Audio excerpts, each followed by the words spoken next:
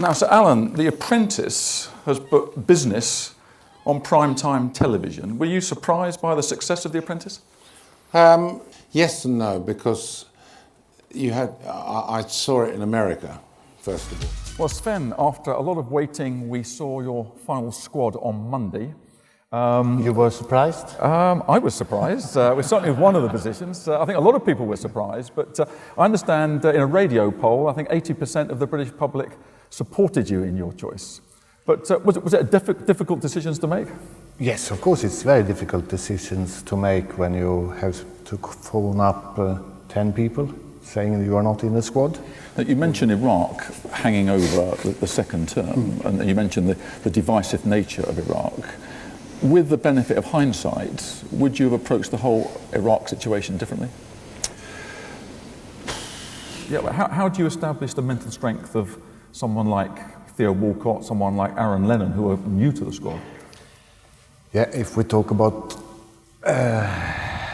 Walcott, of course, I've never seen him play, only on TV and videos. Now, winning the Olympics for Great Britain versus winning at the Olympics, how does that compare?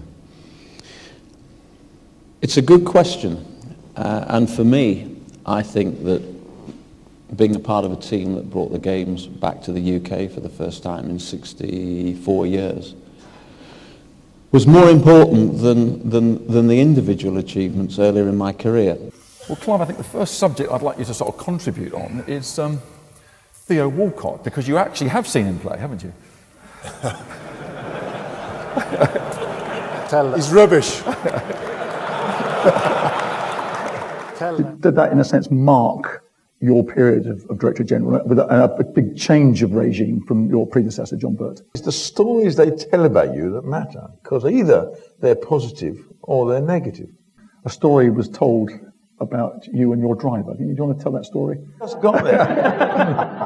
I just got there, and he didn't become my driver. He was my driver for a couple of weeks, but I mean, he was a bloke whose holiday had just fallen apart. He wanted to go to Devon, and I said, hey, I've got a flat in Devon, you can just go and use that. And choosing a product, do you choose the product on instinct or basis of deliberate market research? Well, as I explained once to Mr. Narita of Sony, the late Mr. Narita of Sony, who was one of my fans, there are no statistics for something that doesn't exist. Now, you were quoted as saying once that you learn a lot about yourself 20 minutes before an Olympic final. What were you feeling, what were you thinking 20 minutes before making that very powerful presentation in Singapore? Well, you do learn a lot about yourself 20 minutes before an Olympic final, and if you want to sort of set the scene, there are 8 or 9 people who really have been working for 4 years for this moment. I think people think that when you warm up for a race in the Olympic Games, you just warm up and then go straight into the stadium. It's a 3-hour process, and the last 40 minutes before the race, you're literally sitting in a room, in a call-up room, waiting to go through, the bowels of the stadium into the arena. And it's very interesting. You can watch the people who it gets to.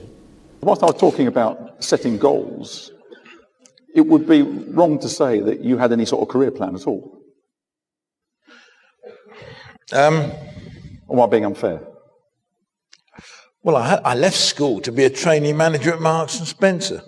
Which lasted, about 8 months or so? No, it didn't last that long. They fired me by Christmas. In Australia, what did you do in Australia? Because it was a long tournament, you travelled a lot. What did you do to keep everyone together?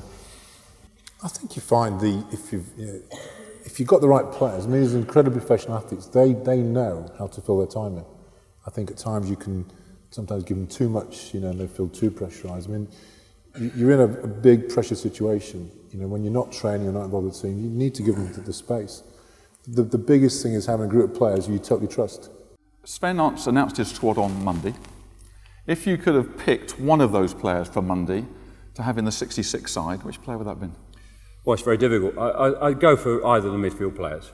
You talked earlier about or distinguished between the SME and the corporate, and you talked about the SME having the flame of innovation. Yeah. Is it inevitable that as an SME grows, it takes on the characteristics of the corporate?